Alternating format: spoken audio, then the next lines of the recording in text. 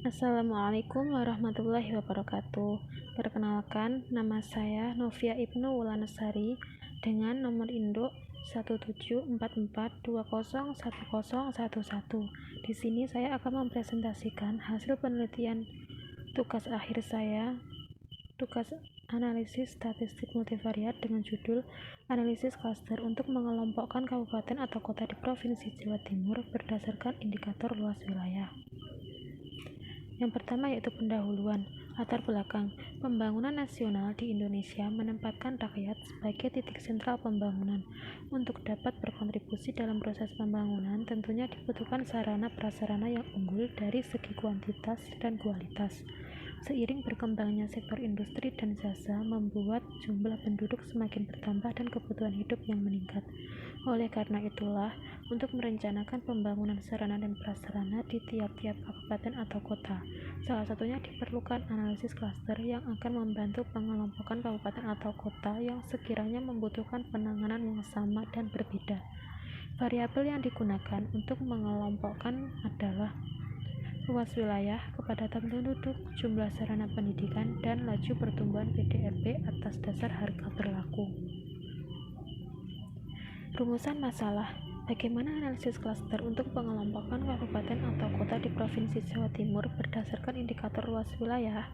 Tujuan yang pertama yaitu untuk memenuhi tugas akhir mata kuliah analisis statistik multivariat. Yang kedua, untuk mengetahui analisis klaster untuk pengelompokan kabupaten atau kota di Provinsi Jawa Timur berdasarkan indikator luas wilayah. Yang kedua yaitu tinjauan pustaka, analisis multivariat.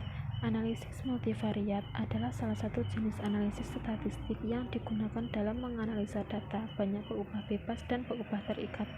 Menurut Fadli 2011, data dalam analisis multivariat dapat dinyatakan dalam bentuk matriks dengan n baris, objek, dan n kolom atau variabel.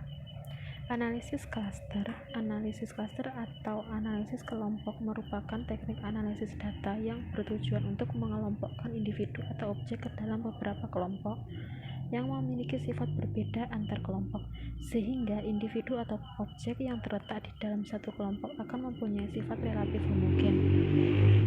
Analisis klaster mengklasifikasi objek sehingga setiap objek yang memiliki sifat yang mirip atau paling dekat kesamaannya akan mengelompok ke dalam satu klaster atau kelompok yang sama oleh Hidayat 2014. Metode non-hierarki. Metode non-hierarki menempatkan objek-objek ke dalam klaster sekaligus sehingga terbentuk sejumlah klaster tertentu. Metode non-hierarki ini berkaitan dengan Kamils clustering. Kamils merupakan salah satu metode data clustering non-hierarki yang berusaha mempartisi data yang ada dalam bentuk satu atau lebih klaster, sehingga data dengan karakteristik yang sama dikelompokkan dalam satu klaster yang sama pula. Data dengan karakteristik yang berbeda dikelompokkan dalam kelompok yang lain. Metode yang termasuk dalam algoritma clustering berbasis jarak yang membagi data ke dalam sejumlah klaster, dan algoritma ini hanya bekerja pada atribut numerik. Konsep pembangunan sarana dan prasarana. Pengertian prasarana menurut Jayadinata 1992 dalam Juliawan 2015 halaman 5, prasarana merupakan suatu faktor potensial yang sangat penting dalam menentukan arah dan masa depan perkembangan suatu wilayah. Karena pembangunan tidak akan sukses dan berjalan dengan baik tanpa dukungan prasarana yang memadai. Prasarana kota merupakan fasilitas umum yang menjadi penunjang utama terselenggaranya suatu proses atau kegiatan dalam kota yang pada akhirnya akan menentukan perkembangan kota. Luas wilayah. Wilayah adalah bagian tertentu dari kesatuan administratif pemerintah negara Kesatuan Republik Indonesia. Sedangkan pengembangan wilayah adalah suatu tindakan yang dilakukan dalam rangka memanfaatkan potensi-potensi wilayah yang ada untuk mendapatkan kondisi-kondisi dan tatanan kehidupan yang lebih baik bagi kepentingan masyarakat khususnya dan dalam skala nasional. Kepadatan penduduk. Kepadatan penduduk adalah suatu keadaan yang dikatakan semakin padat bila jumlah manusia pada suatu batas ruang tertentu semakin banyak dibandingkan dengan luas ruangannya, oleh Sarwono 1992. Kepadatan penduduk adalah perbandingan antara jumlah penduduk dengan luas wilayah yang dihuni, oleh Mantra 2007. Kepadatan penduduk merupakan indikator daripada tekanan penduduk di suatu daerah. Sarana kependidikan. Sarana dan prasarana belajar adalah sesuatu yang dapat memudahkan dan memperlancar pelaksanaan suatu usaha yang dapat berupa benda. Dalam hal ini, sarana dan prasarana belajar bisa disamakan dengan fasilitas. Nana Shaodi 2009 mengungkapkan, fasilitas belajar merupakan semua yang diperlukan dalam proses belajar mengajar, baik bergerak maupun tidak bergerak, agar tercapai tujuan pendidikan berjalan lancar, teratur, efektif, dan efisien. Berdasarkan pendapat di atas, bisa dikatakan bahwa segala sarana prasarana belajar merupakan suatu fasilitas yang diperlukan bagi siswa dalam mencapai tujuan belajar melalui kegiatan belajar dalam bentuk penyelidikan dan penemuan untuk mendapatkan pemahaman tentang masalah-masalah yang dipelajari. Laju pertumbuhan produk domestik regional bruto. Menurut Sukirno 2011, pertumbuhan ekonomi diartikan sebagai perkembangan kegiatan dalam perekonomian yang menyebabkan barang dan jasa yang diproduksi dalam masyarakat bertambah dan kemakmuran masyarakat meningkat. Jadi, pertumbuhan ekonomi mengukur prestasi dari perkembangan suatu perekonomian dari suatu periode ke periode lainnya. Kemampuan suatu negara untuk menghasilkan barang dan jasa akan meningkat. Kemampuan yang meningkat ini disebabkan oleh pertambahan faktor-faktor produksi, baik dalam jumlah dan kualitasnya. Investasi akan menambah barang modal dan teknologi yang digunakan juga makin berkembang.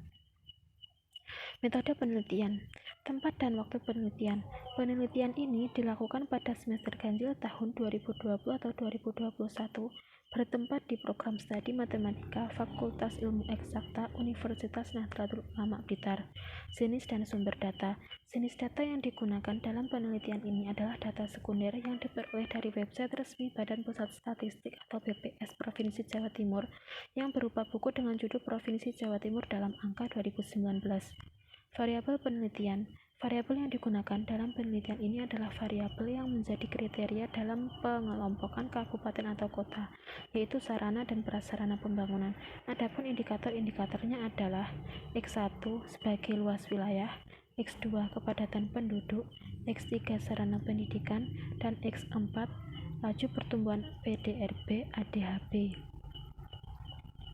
Pembahasan hasil penelitian. Data yang telah diperoleh dari BPS Provinsi Jawa Timur selanjutnya diproses menggunakan SPSS 26 untuk membentuk klaster berdasarkan indikator dengan menggunakan metode non-hierarki. Berikut hasilnya. Output ini adalah tampilan pertama proses clustering data sebelum melakukan iterasi, karena nanti akan dihasilkan proses clustering sesudah iterasi yang justru adalah hasil akhir cluster, maka output ini tidak akan dianalisis. Dari hasil output SPSS 26 dapat diketahui bahwa proses iterasi dilakukan sebanyak 3 kali. Proses ini dilakukan untuk mendapatkan klaster yang tepat dalam mengelompokkan 38 kabupaten atau kota. Jarak minimum antar pusat klaster yang terjadi dari nilai minimum adalah 4,582. Berdasarkan output tabel di bawah, dapat diketahui bahwa data tersebut masih terkait dengan proses standarisasi yang mengacu pada Y-score dengan ketentuan sebagai berikut. Angka negatif berarti data di bawah rata-rata total, sedangkan angka positif berarti data di atas rata-rata total. Setelah membentuk 3 klaster, langkah selanjutnya adalah melihat apakah variabel-variabel yang telah terbentuk klaster mempunyai perbedaan pada setiap klaster. Dalam hal ini dapat dilihat dari F dan nilai probabilitas atau sig masing-masing variabel. Hal ini dilakukan dengan melihat output ANOVA berikut.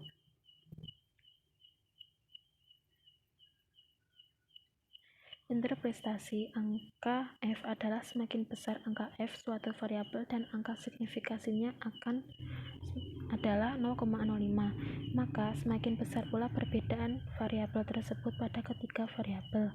Sebagai contoh, angka F terbesar yaitu 26,838 ada pada Z luas wilayah dengan angka kolom signifikasi 0,00 yang berarti signifikansinya adalah nyata. Hal ini berarti faktor angka luas wilayah sangat membedakan karakteristik ketiga klaster tersebut. Atau dapat dikatakan angka luas wilayah pada ketiga klaster yang sangat berbeda antara klaster satu dengan klaster lainnya. Perhatikan variabel Z kepadatan penduduk yang mempunyai angka F sebesar 22,411 dan signifikansinya 0,00, yang berarti signifikansinya juga adalah nyata. Perhatikan pula perbedaannya dengan variabel Z sarana pendidikan yang mempunyai tingkat F sebesar 16,338 dan signifikansinya 0,00, yang berarti signifikansinya juga adalah nyata. Perhatikan variabel Z laju pertumbuhan PDRB yang mempunyai angka F sebesar 1,133 dan signifikansi 0,334. Hal tersebut menyatakan bahwa signifikansinya di atas 0,05. Jadi 0,334 lebih dari 0,05. Maka variabel Z laju pertumbuhan PDRB pada klaster 1, klaster 2, dan klaster 3 tetap mempunyai perbedaan. Walaupun demikian, angka F variabel Z luas wilayah lebih besar dari F variabel Z kepadatan penduduk. Dengan demikian, angka luas wilayah lebih banyak dari angka sarana pendidikan pada ketiga klaster. Data pengelompokan terbanyak terdapat pada klaster 2, yaitu terdiri dari 26 kabupaten atau kota. Data sedang terdapat pada klaster 3, yaitu terdiri dari 8 kabupaten atau kota. Sedangkan data terkecil terdapat pada klaster 1, yaitu 3 kabupaten atau kota. Karena ada satu variabel yang hilang atau missing, dengan demikian semua data sejumlah 38 kabupaten atau kota tidak lengkap. Sehingga yang terdata pada ketiga klaster dengan komposisi seperti di bawah karena klaster 2 merupakan klaster terbesar. Kesimpulan, pada penelitian analisis klaster ini dapat disimpulkan bahwa terdapat 3 pengelompokan klaster, yaitu klaster kedua dengan jumlah 26 kabupaten atau kota, klaster ketiga dengan jumlah 8 kabupaten atau kota, dan klaster pertama sebagai klaster ketiga dengan jumlah 3 kabupaten atau kota. Jumlah klaster yaitu 37 kabupaten atau kota karena satu data terdapat missing atau hilang sehingga data tidak lengkap. Demikian presentasi yang dapat saya sampaikan. Ada kurang lebihnya saya mohon maaf. Wassalamualaikum warahmatullahi wabarakatuh.